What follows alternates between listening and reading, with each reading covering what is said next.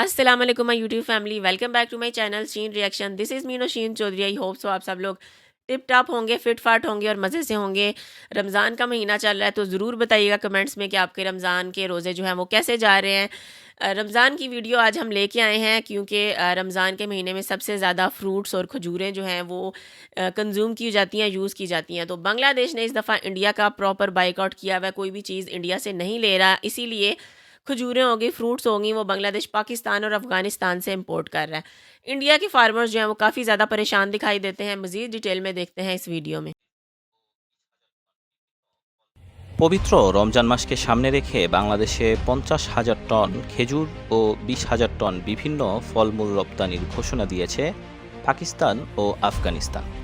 রমজানকে কেন্দ্র করে বাংলাদেশের ফলমূল ও খেজুরের বাজারে ব্যাপক চাহিদা সৃষ্টি হয়েছে।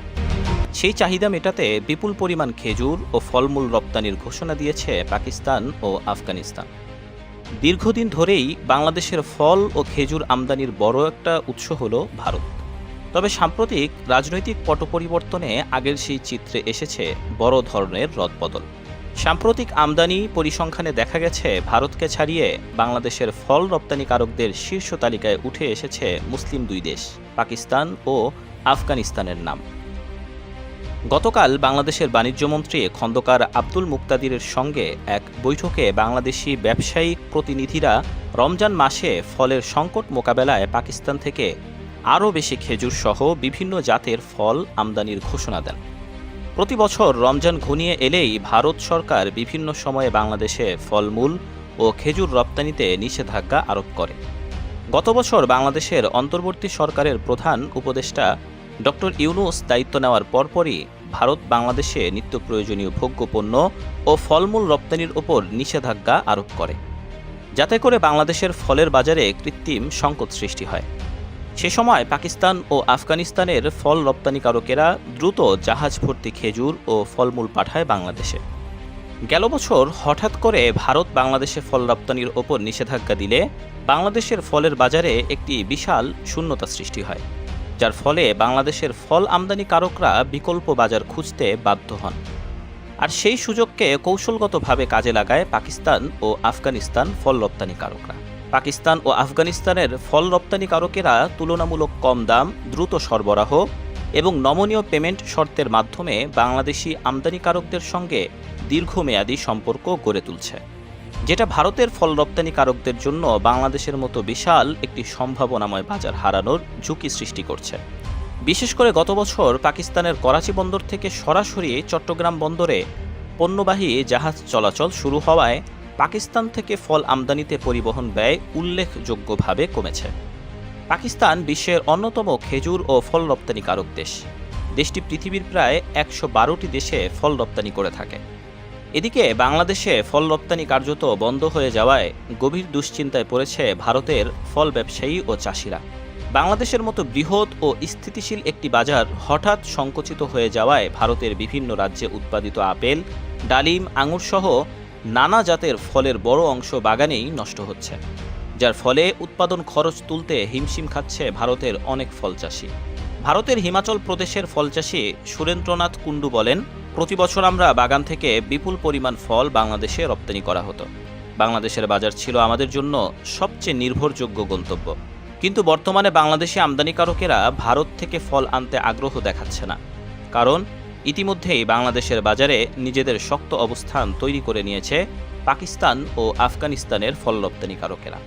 বাণিজ্য পরিসংখ্যান অনুযায়ী প্রতি বছর ভারত বাংলাদেশে প্রায় $৭৪৫ বিলিয়ন সমমূল্যের ফল রপ্তানি করত।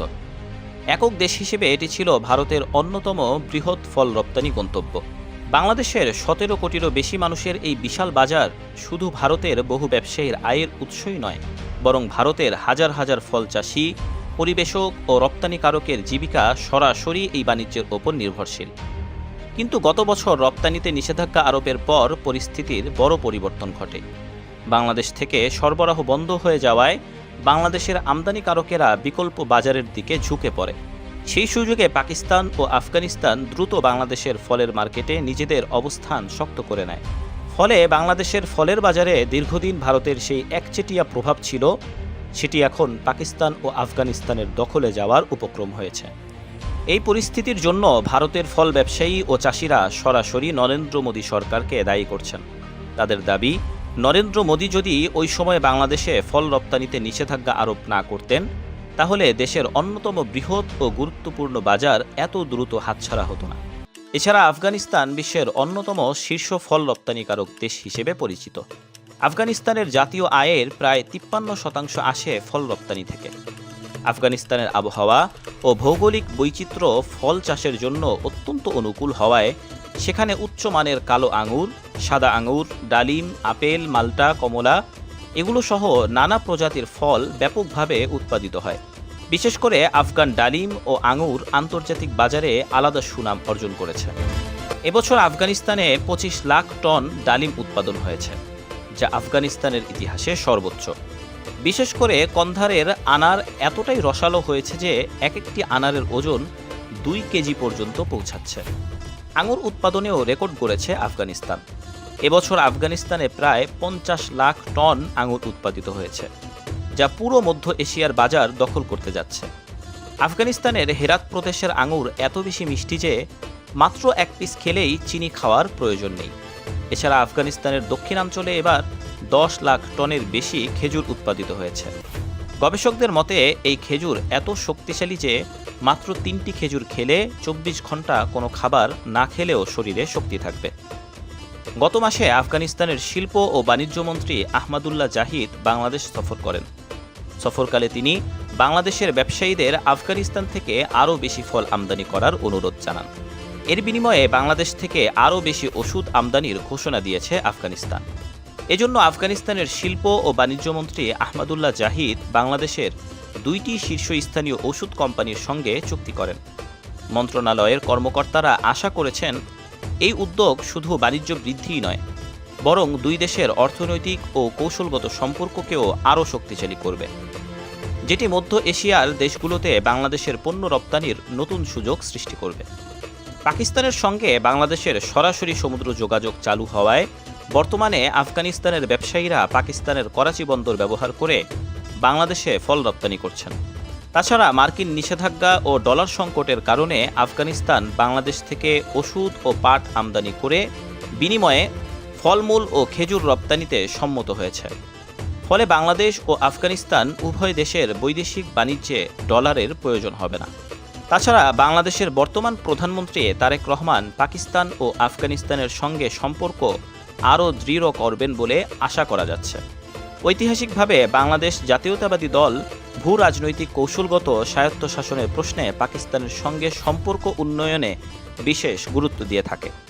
এছাড়া প্রধানমন্ত্রীর শপথ অনুষ্ঠানে পাকিস্তানের পরিকল্পনা মন্ত্রী আহসান ইকবাল অংশগ্রহণ করেছেন।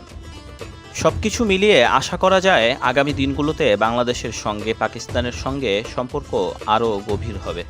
তো বন্ধুরা, আপনার কি মনে হয় বাংলাদেশের সঙ্গে পাকিস্তানের সম্পর্ক আরও গভীর করা উচিত? আপনার মূল্যবান মতামত আমাদের কমেন্ট বক্সে এখনই জানিয়ে দিন। দেখা হবে নতুন কোনো ভিডিওতে। সে পর্যন্ত সকলে ভালো থাকুন। আল্লাহ সকলকে সুস্থ রাখুন। আসসালামু আলাইকুম ওয়া রাহমাতুল্লাহি ওয়া বারাকাতুহু।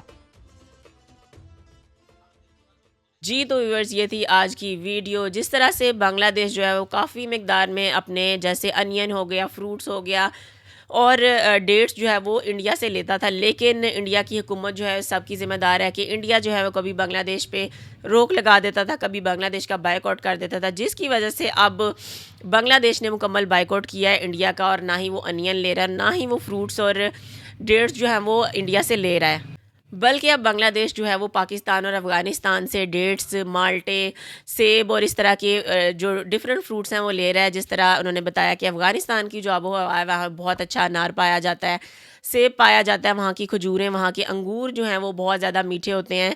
तो बांग्लादेश ने ये फ़ैसला किया कि वो अफ़गानिस्तान से और पाकिस्तान से ये फ़्रूट ख़रीदे, और जो इंडिया के किसान हैं वो ज़्यादा परेशान हैं, क्योंकि वो अब ये सोच रहे हैं कि हम अपने फ्रूट बेचें तो किसको बेचें। और इसके पीछे जो गुनाहगार है, इसके पीछे जो हाथ है वो मोदी जी की सरकार है। उन्होंने खुद अपने किसानों के लिए ये परेशानी जो है ख़रीदी है कि उनके किसानों की फसलें जो हैं वो तबाह हो रही हैं, उनके फ्रूट्स तबाह हो रहे हैं और कोई उनको लेने वाला नहीं है। तो जैसा कि आपने देखा कि अब बांग्लादेश ने भारत को छोड़ दिया है और पाकिस्तान, अफ़गानिस्तान से फ्रूट और डेट्स जो हैं वो इंपोर्ट की हैं। बांग्लादेश से सिर्फ भारत के साथ ट्रेड करता था, लेकिन अब भारत के साथ बांग्लादेश के ताल्लुकात बहुत ज़्यादा ख़राब होते हुए नज़र आ रहे हैं। और अब पाकिस्तान से, अफ़गानिस्तान से फ्रूट जो है वो लिया जा रहा है। यही वजह है, नरेंद्र मोदी की सरकार बहुत ज़्यादा परेशान है और भारत का किसान जो है उसको बहुत ज़्यादा नुकसान यहाँ पे हुआ है। और इंडिया की जो फ्रूट की एक्सपोर्ट थी उसको हज़ारों डॉलर्स का जो नुकसान है यहाँ पे देखने में आया है।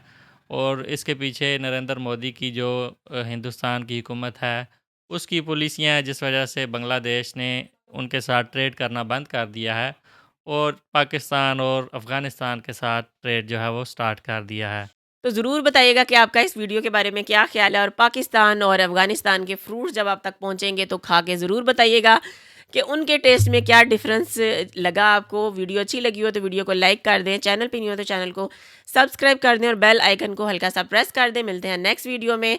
Till then stay healthy, stay wealthy, stay awesome. Allah हाफ़िज़।